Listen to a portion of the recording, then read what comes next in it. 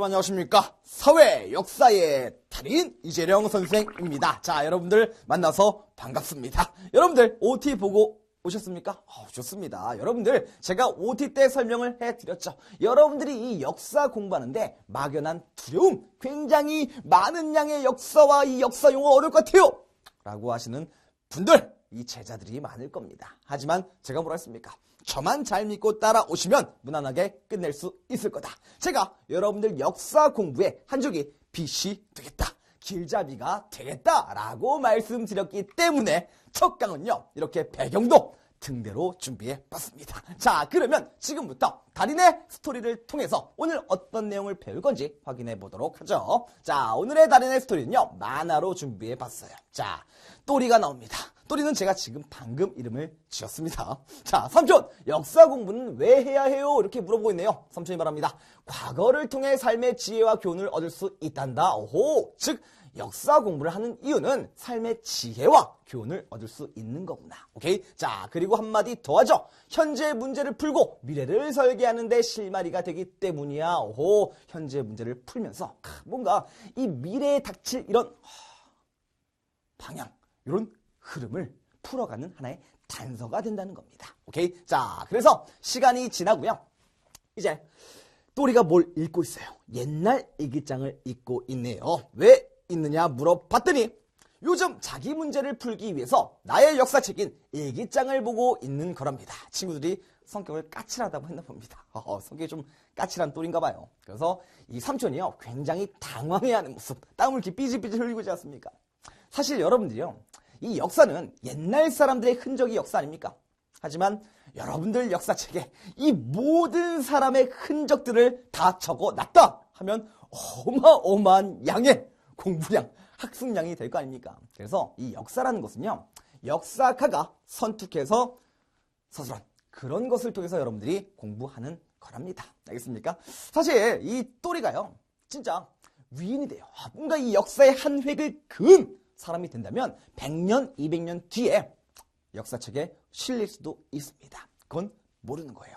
여러분들도 100년, 200년 뒤에 역사책에 한 줄에 실 수 있는 그런 사람이 되길 바랍니다. 자, 그러면 지금부터 본격적인 내용, 개념 정리하러 한번 들어가 보겠습니다.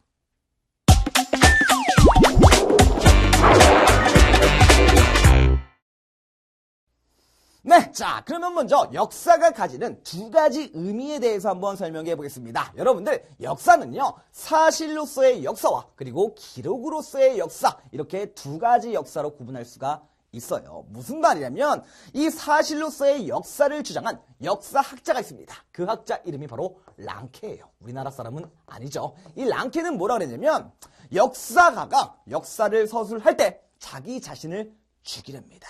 여기서 자기 자신을 죽여라 라고 하는 무슨 막 칼 찌르고 막 이런 자해하라는 게 아닙니다. 바로 생각을 죽이라는 거예요. 즉 주관을 배제하고 있는 그대로의 사실, 있는 그대로의 역사를 서술해라 라고 말합니다. 즉 사실로서의 역사는 굉장히 객관적인 역사를 말하구나, 이렇게 우리가 파악할 수 있다는 겁니다. 알겠습니까? 객관적인 역사. 누가 봐도 아무런 의의를 달 수 없는 거야. 반박을 할 수 없는 겁니다. 예를 들면 이런 거죠. 세종대왕이 훈민정음을 창제했다. 이게 바로 사실로서의 역사입니다. 세종대왕이 훈민정음 창제한 건 맞잖아. 누가 반박할 수 없잖아.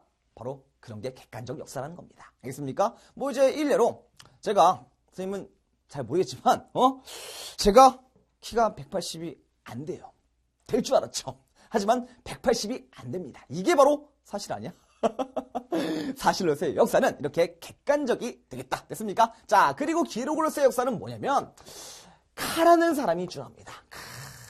제가 이런 말을 잘 쓰거든요. 이 카는요, 이런 말을 해요. 역사란 현재와 과거와의 끊임없는 대화이다. 즉 역사는 해석하기라는 거예요. 사람에 따라서, 역사가에 따라서 역사는 달라질 수 있다는 얘기입니다. 랑케와 다르죠. 감 잡힙니까? 즉 기록으로서의 역사는 뭐다? 굉장히 주관적인 역사를 말하는구나. 우리가 이렇게 파악할 수가 있겠다는 겁니다. 알겠습니까? 뭐 예를 들면 이런 겁니다. 신라가 삼국통일한 것은 외세의 힘을 빌린 한계가 있다. 뭡니까? 그렇죠. 바로 평가가 들어간 거 아니야? 평가라든지 해석이 들어간다라고 하면 기록으로서의 역사가 된다는 겁니다. 알겠습니까? 반면에 그냥 있는 그대로 사실 그냥 사건이 들어갔다. 1592년에 임진왜란이 일어났다. 이런 사건이 들어갔다. 그러면 이제 사실로서의 역사가 되는 거예요. 쉽죠? 요거는 서비스 문제가 되겠습니다. 여러분들 이런 문제 나오면 절대 틀리지 말길 바랍니다. 오케이? 자, 다음 내용 보겠습니다. 자, 다음 내용은요. 과거의 사실을 밝히는 법이 되겠습니다. 우리가 이 역사를 어떻게 공부해야 되냐? 요거를 말하는 거예요. 자, 바로 사료라는 게 있어요. 이 사료는요. 역사의 재료입니다. 역사가 만들어질 수 있는 이 재료를 우리는 사료라고 합니다. 어떤 게 있냐면 유적, 오케이? 그리고 유물, 그리고 기록, 이런 세 가지를 가지고 우리가 역사를 만들어갈 수 있다, 밝혀낼 수 있다라고 볼 수 있다는 겁니다. 알겠습니까? 먼저 이제 유적 같은 경우는 뭐 이런 유적이에요. 이제 풍납토성 발굴 현장 이런 게 이제 유적이고요. 유물은 물건입니다. 바로 이런 거. 고려 청자 같은 거. 그리고 이 기록하면 이제 뭐 바위에 이렇게 글씨 써져 있는 그런 비문이라고 하죠. 이 비문이라든지 또는 문서 또는 책 이런 것들이 기록이 되겠다는 겁니다. 알겠습니까? 자, 그리고 이제 역사가가 이제 중요한 거 아닙니까? 이 역사가가 사료를 가지고요 연구를 합니다. 오호, 해석을 통해서 역사가가 서술을 한다. 오케이? 뭔가 사료를 분석하고 이런 것을 연구함으로써 역사를 서술하는 사람을 우리는 역사가다 이렇게 부르는 겁니다. 기본적인 개념이 되겠다는 겁니다. 자, 다음 역사 연구 방법을 한번 살펴보겠습니다. 역사는요, 크게 두 가지 시대로 구분할 수가 있다는 겁니다. 알겠습니까? 이 전체, 이 시대의 전체를 딱 둘로 나눠봐라 라고 하면 선사시대와 역사시대로 이렇게 말할 수가 있다는 거예요. 무슨 말이냐면 여러분들 이 사자가 무슨 사자인지 아십니까? 바로 역사사자입니다. 역사란 사람이 입으로 말한 것을 글로 적은 거예요. 감 잡힙니까? 즉 역사사를요 같은 말로 우리는 기록사자라고 말합니다. 기록사자. 한자 하나 배웠네. 그렇지 않습니까? 자, 선사시대는 뭐겠습니까? 선사, 먼저 선자예요. 즉 역사시대 이전의 시대를 우리는 선사시대라고 부르는 거고요. 역사시대는 그렇죠. 바로 기록이 있는 시대예요. 즉 선사시대와 역사시대를 구분하는 기점, 바로 기록입니다. 기록을 다른 말로 문자입니다. 오호, 문자를 사용했냐 하지 않았냐에 따라서 선사시대와 역사시대로 구분하는구나. 알겠습니까? 자, 그러면 이 문자를 사용하지 않은 시점, 요 선사시대는 어떻게, 우리가 이 시대 사람들이 어떻게 살았는지 이것을 어떻게 알 수 있을까요? 어떻게 할 것 같습니까? 그렇죠. 이 사람들이 남긴 흔적이 있을 거 아니야. 그 흔적을 우리는 유적이라고 말합니다. 오케이? 흔적, 유적. 됐습니까? 그리고 이 사람들이 살아가면서 남긴 물건이 있을 거 아닙니까? 물건을 뭐라고 합니까? 그렇죠. 바로 유물이라고 말하는 거예요. 유물. 오케이? 자, 유적과 유물을 통해서 선사시대를 우리가 알 수 있겠구나. 됐습니까? 자, 그리고 역사시대는 당연히 기록이 있는 시대. 즉, 문자가 있는 시대 아닙니까? 그래서 기록, 오호, 그리고 뭐 유적, 더불어서 유물, 이런 것을 통해서 우리가 역사시대를 알아가게 된다는 겁니다. 됐습니까? 자, 그리고요, 뭐 기본적인 이제 역사 용어를 한번 살펴보도록 하겠습니다. 자, 이건 여러분들 교재는 없는 건데 앞으로 기본 상식이에요. 역사를 공부하면서 이런 게 나오거든. 그래서 살짝 짚고 넘어가 볼게요. BC, AD 이런 거 들어봤습니까? 기원 전, 기원 후라는 건데요. 이 BC는 Before Christ입니다. 즉 예수 탄생 전이라는 거야. 예수의 탄생을 기점으로 BC, 기원 전으로 나누고요. 예수 탄생 이후, AD, 아노 도미나이, 주님의 해라는 뜻인데요. 예수 탄생 이후를 우리는 기원 후라고 말합니다. 알겠습니까? 즉 이거는 서양의 달력이 되겠습니다. 서기라고 불러요. 됐습니까? 자, 그리고요. 더불어서 이제 여러분들이 이 역사를 공부하면서 뭐 1세기, 2세기 이런 걸 배울 거예요. 이 세기라는 것은 century입니다. 즉 1년부터 100년까지의 단위를 세기라고 불러요. 그러면 지금은 21세기라고 부르잖아요. 이건 굉장히 쉽습니다. 이제 만약에 임진왜란이 1592년에 일어났다며. 그러면 여기에다가 1만 더하면 돼. 몇 세기입니까? 그렇죠. 바로 16세기가 된다는 겁니다. 알겠습니까? 어허, 16세기가 되는구나. 오케이? 1만 더하면 되겠다. 물론 1500년이야. 그러면 요거는 16세기는 아니에요. 왜? 1부터 시작한다며.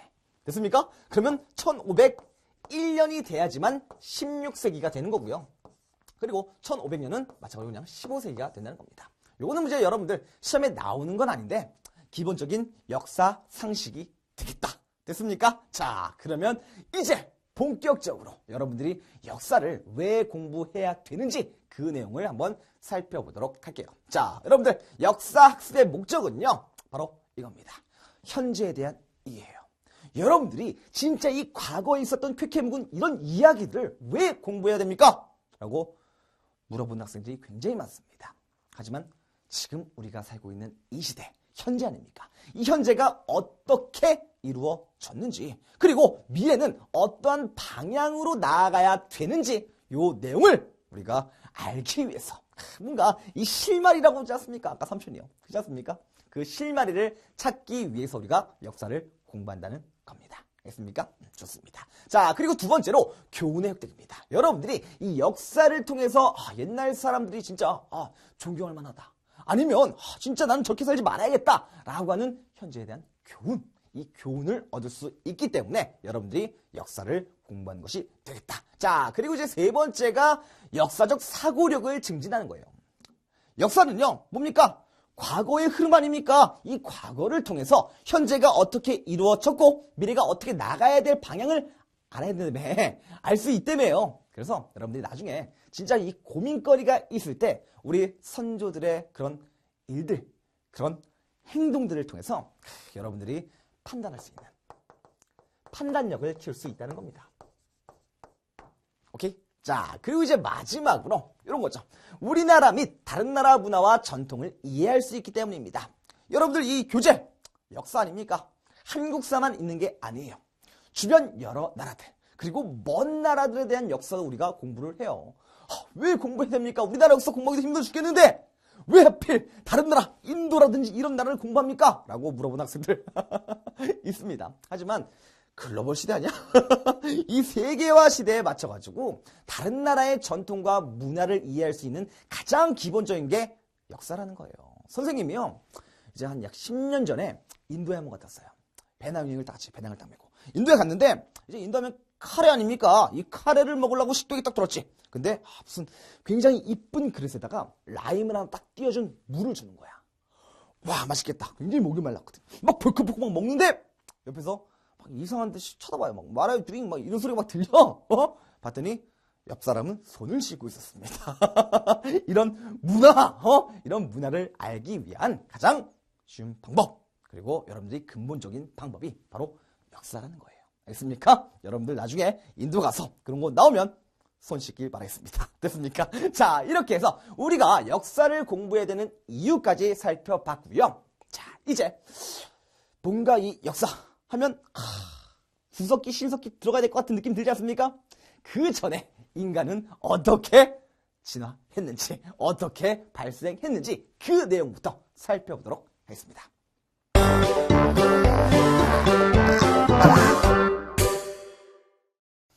네, 자, 그러면 인류의 발생과 진화 살펴보도록 할게요. 여러분들, 크게 인류는 네 가지로 구분할 수가 있다. 이런 식으로 진화가 됐다. 자, 첫 번째부터 살펴봅시다.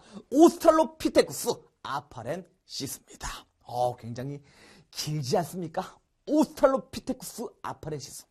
특징은 최초입니다. 아하, 최초구나. 그리고 이들은 이제 직립보행을 시작한 겁니다. 여러분들 기억나십니까? 여러분들이 어렸을 때 네 발로 기어 다니다가 첫 직립보행을 잃었을 그 감동, 물론 기억이 안 나겠죠. 선생님도 기억이 안 납니다. 하지만 여러분들의 부모님은 그걸 선명하게 기억하고 있을 거예요. 마찬가지로 최초로 직립보행을 이룬 인류가 되겠다. 그리고 이 오스트랄로피테쿠스 아파렌시스에 이제 화석이 하나 있습니다. 그 화석이 바로 루시란 화석이에요. 루시란 화석이 있구나. 이것도 뭐 더불어서 알아두시면 좋겠습니다. 자, 여러분들 너무 기니까 힌트를 제가 드릴게요. 요령을 하나 알려드리겠습니다.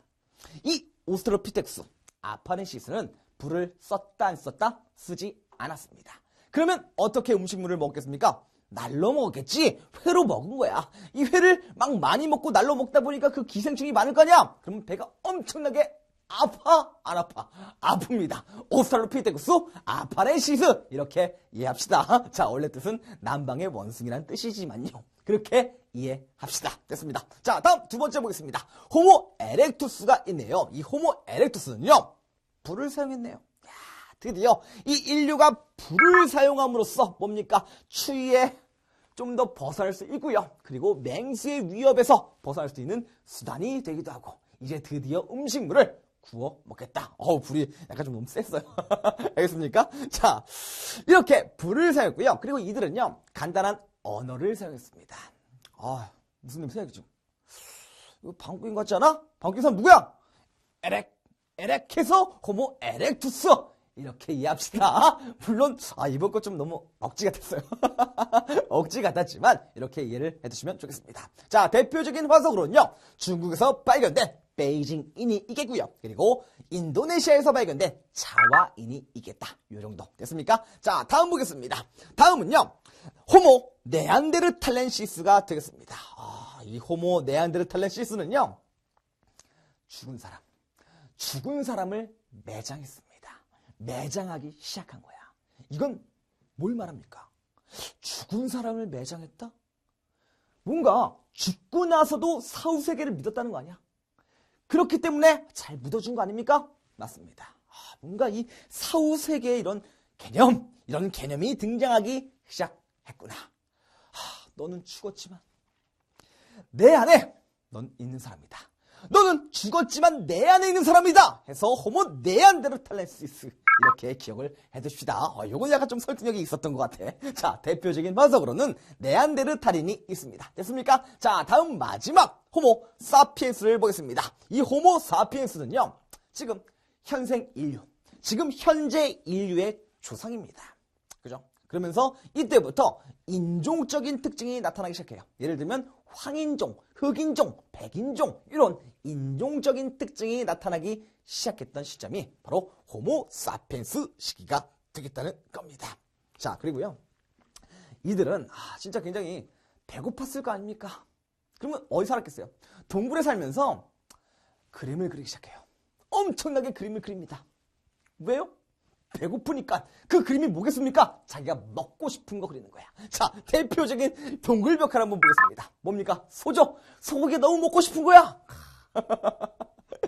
이 소라든지 뭐 여러 가지 동물의 그림을 그려놓은 동물벽화를 그렸다는 게 특징이 되겠습니다. 오케이? 자, 그러면 보세요.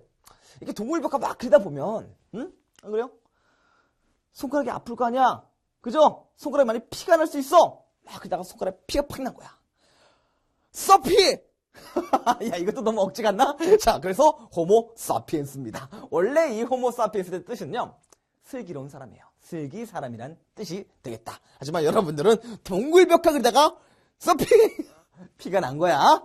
이렇게 기억을 해둡시다. 그래야지 이런 연상기법을 통해서 여러분들 기억에 오래 남아요. 자, 대표적인 화석으로는요, 크로마뇽인이 있습니다. 크로마뇽 동굴이에요. 오케이? 이 동굴에서 화석이 발견됐구나. 그리고 우리나라에서도 화석이 발견되는데, 그게 누구냐면, 승리산 사람. 이 승리산에 있는 동굴에서 사람 유골이 발견이 된다. 됐습니까? 그리고 흥수아이라는 게 또 발견이 돼요. 흥수아이. 이 흥수아이도 마찬가지로요, 청원 두루봉 동굴에서 화석이 발견이 됐습니다. 근데 이상하지 않습니까? 이때 당시는 어마어마하게 오래된 시기인데, 이 아이의 이름을 어떻게 할까? 가뜩이나 문자도 없었던 시기 아니야? 근데 이름을 어떻게 할까? 이거는요, 최초 발견자의 이름을 붙인 겁니다. 즉, 김웅수 씨가 요 동굴 갔는데 해골을 발견한 거야. 얼마나 무서웠겠어. 근데 딱 보니까 뭔가 이 유골의 그런 골격이라든지 이런 게 어린아이였던 겁니다. 그래서 흥수아이라고 이름을 붙인 거예요. 자, 보여드리겠습니다. 이것이 바로 흥수아이 복원한 모습이 되겠습니다. 유골을 토대로 이렇게 생각했구나. 물론 이렇게 황금빛은 안 나겠죠. 복원한 거예요. 알겠습니까? 자, 이런 식으로 생각했구나. 우리가 미루어 짐작할 수 있다는 겁니다. 자, 여러분들 여기 나오는 뭐 연도 있지 않습니까? 이 연도 외울 필요 없습니다. 왜요? 여러분들 역사시험에서 연도를 물어보는 문제는 절대 출제되지 않습니다. 그리고 390만 년을 380만 년 이렇게 막 살짝살짝 바꿔가지고 내는 문제 안 나와요. 알겠습니까? 그리고 내 용량도 400cc, 700cc 이거 절대 외우지 마십시오. 그냥 시간이 지나면서 내 용량은 점차 늘어났구나. 즉 여러분들이 파악해 두셔야 될 것은 뭐겠습니까? 그렇죠. 바로 이 인류. 첫 번째가 누구고 두 번째가 누구고 그리고 어떤 특징을 가지는지 파악해 주시면 되겠습니다. 자, 우리가 제가 했던 그런 요령, 요령별로 외워둡시다. 아, 에, 탈, 싸. 아예 탈사. 이렇게 기억을 해주시면 좋겠습니다. 아예 내사. 이렇게 할까? 아예 탈사, 아예 내사. 아예 내사 합시다. 아예 내사. 자, 다시 따라합시다. 아예 내사. 좋습니다. 자, 이렇게 해서 이제 본문에 대한 내용을 다 맞춰봤고요. 이제 개념을 다시 한번 정리하는 시간, 복습하는 시간을 가지도록 할게요.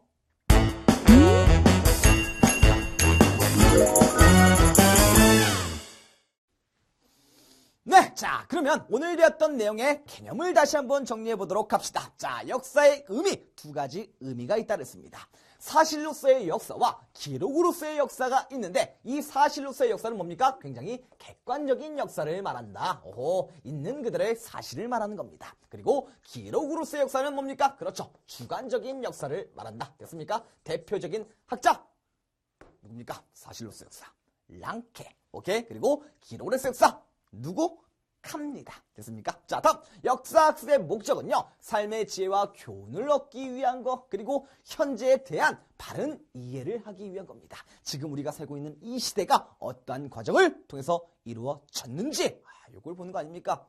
그래서 선생님은 이런 말을 해주고 싶어요. 여러분들이 진짜 역사를 통해서 안목을 기르셨으면 좋겠습니다. 그렇게 해서요. 그냥 착하게 사는 것보다 올바르게 사는 사람이 되길 바랍니다. 제 소망입니다. 여러분들 뭔가 역사를 진짜 열심히 공부해야겠다 이런 느낌 뭔가 올라오는 그런 느낌이 들지 않습니까?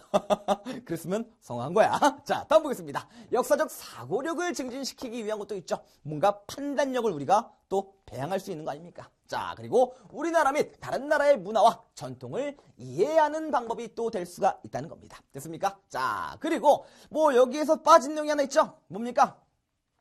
역사는요, 이제 역사 그리고 선사 이렇게 시대 구분할 수가 있는데 이 기점이 뭐라고요? 바로 문자입니다. 문자를 쓰지 않았냐 썼냐에 따라서 이렇게 갈라진다. 이것도 더불어서 알아두시면 좋겠습니다. 오케이? 자, 다음 인류의 발생과 지나볼게요. 자, 먼저 최초의 인류면서 직립보행을 했고요. 그리고 간단한 도구를 사용했던 최초의 인류 누구였습니까? 그렇죠. 오스트랄로피테쿠스 아파렌시스가 되겠다는 겁니다. 자, 다음 두 번째는 호모 에렉투스죠. 베이징인 자와인 대표적인 화석이 있고요. 그리고 불과 간단한 언어를 사용했구나. 오케이. 자, 다음 호모 네안데르탈렌시스는 이제 시체 매장의 풍습이 있었고 대표적인 화석으로는 네안데르탈린 똑같습니다. 자, 다음 마지막으로 호모 사피엔스는 뭡니까? 그렇죠. 대표적인 화석으로 크로마뇽인 이 밖에도 우리나라에서 발견된 승리산 사람 그리고 흥수 아이가 또 있다는 겁니다. 그리고 특징은 현재 인류의 조상이 되면서요. 뭔가 인종적인 특징도 가지고 있고요. 그리고 가장 중요한 게 뭡니까? 그러다가 피난 거 아니야? 동굴벽화를 제작했구나. 이렇게 기억을 해두시면 좋겠습니다. 자, 이렇게 해서 개념 정리를 마치고요. 요것을 토대로 여러분들 체크 개념 문제 있지 않습니까? 그 문제 풀러 가보겠습니다.